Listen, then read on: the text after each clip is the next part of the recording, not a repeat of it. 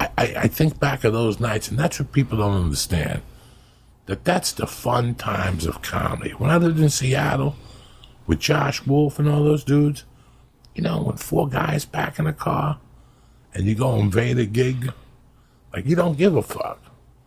Like, what are we doing tonight? Rodrigo's doing a feature over at the Improv. Who's the headliner? Such and such. All we need is one motherfucker to say, fuck him. And it'll start. And it's like, let's go down there.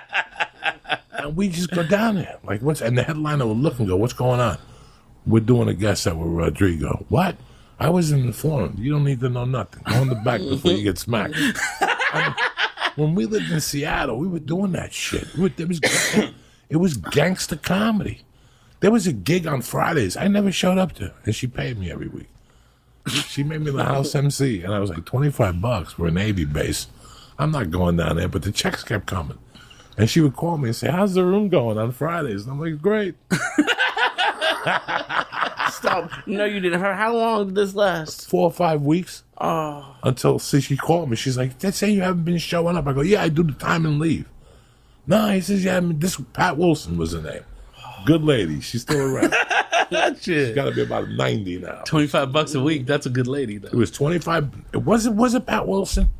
There was 2 people who booked that room. There was a gay Cuban guy who booked the old Improv in Seattle, and he was booked, like, the Improv was closed, but the people who owned it still booked out Friday and Saturday. So he would just get a bunch of $50 comics. Just fill it up. And just fill it up, and there'd be 100 people. And then it was right across from the Pike Peak Market. Right across. Prime little spot. You go to the corner, cross the street, and right there was Pikes Peak. And if you cross that corner and cross the street, it's the strip club. 100 ugly ones and 1 fat one, Deja Vu, was right there. Yeah. Right there. Like, it was like the fucking hottest corner in the world. He had, I forget what his name was, Alejandro or some shit like that. But all those nights is with people.